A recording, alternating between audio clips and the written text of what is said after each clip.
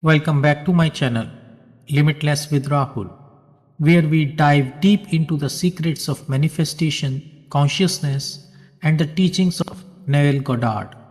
In today's video, I'm going to take you on a powerful storytelling journey. The true story of a man who went from sweeping alleyways in post war London to dining with ambassadors, aristocrats, and royalties.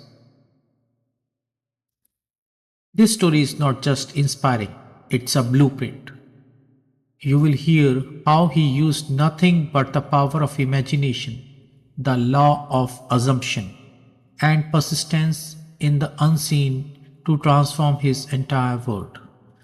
So grab a cup of tea, find a quiet space, and allow yourself to be transported, not just into his world, but into the reality that could soon be yours. Let's begin. The Man Who Dined with Kings, a true manifestation story based on Neville Goddard's teachings. Once upon a time in post war London, there lived a man named Victor. He had returned from the war with nothing but a suitcase and a powerful desire to live a life of luxury, peace, and purpose. But the London he returned to was grim. Ration lines were long, jobs were few, and money for him was almost non existent. Victor lived in a small rented room above a bakery. The scent of stale bread filled the air. He worked odd jobs, delivering parcels, sweeping alleyways, shopping shoes.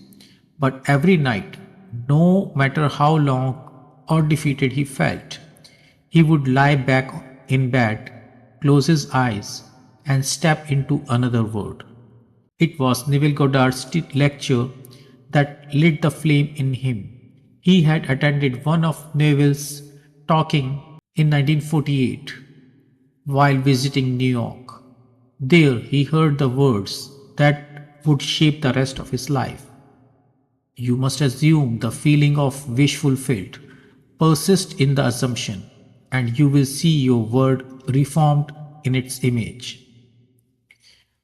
Victor didn't just hear those words, he absorbed them like breath. He took them literally, and each night he would go to sleep imagining himself seated at a grand oak table, dressed in a tuxedo, raising a glass of champagne among people of stature, influence, and wisdom. He didn't know where this would happen or how, but he could feel the linen napkin in his lap, taste the vintage wine, and sense the admiration in the room he spoke. He did this every night without fail. Weeks passed, months went by. Nothing changed externally. He still polished shoes by day and walked home under flickering gas lamps. But he never gave up the scene in his imagination. It became more vivid, more textured, more real. He began to feel like he already was the man who dined with kings. Not someday, now. Then a curious thing happened. One morning, while delivering a parcel to a wealthy neighborhood, he saw a middle aged gentleman struggling to carry boxes into his townhouse. Victor offered to help. The man, grateful and impressed by Victor's kindness, invited him inside for tea. They spoke about literature, travel, and the post war economy. It turned out this man was a publisher, and he was looking for someone to assist him with organizing manuscripts and correspondence. Victor accepted. For the first time in years, he had steady work that stimulated his mind. And every evening, he would still imagine the oak table, the crystal glasses, the hum of refined conversation. But now, it started to feel like fantasy and more like memory. Within a year, Victor's role expanded. He began writing editorials, managing correspondence, and eventually co hosting events for his publisher's literary circles. At one such gathering, he found himself sitting next to a man who would change everything, an influential ambassador who took a liking for Victor's charm and eloquence. The ambassador invited Victor to a private dinner where aristocrats, authors, and foreign dignitaries gathered. The location, a castle like estate outside Bath, complete with towering bookshelves, marble statues, and a dining room with, yes, a long polished oak table. The very table Victor had imagined. He didn't just attend once, he became a regular guest. Victor later recalled in a letter to a friend that during one dinner he paused to take in the moment, the flickering candles, the hum of conversation, the silk in his lap, the crystal in his hand, and in that still moment he smiled because he realized this was no surprise. He had lived this moment hundreds of times before in imagination. It was never about forcing the world to change. It was about changing his inner state, living, feeling, assuming the end, until the outer world reshaped itself in harmony with his belief.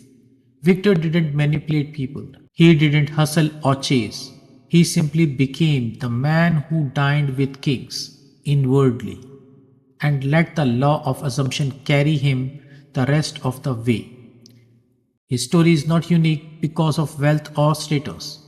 It's unique because it was proof of a deeper law. You are already that which you seek.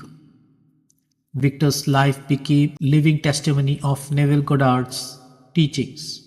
And though he never sought fame, his friends and peers knew him as the man who spoke little of his past, but glowed with a quiet confidence. The kind that only comes when you have seen your future, lived it within, and watched it unfold before your eyes. This story isn't a fantasy, it's a map. If you can sleep tonight with the feeling that your wish is already fulfilled, if you can persist in the assumption without doubting, without needing to know the how, then the bridge of incidents will bring to form. And before long, you too will look up, smile, and say, "Of course, this happened. I have already lived it." If this story moved you, it's because a part of you knows it's possible for you too.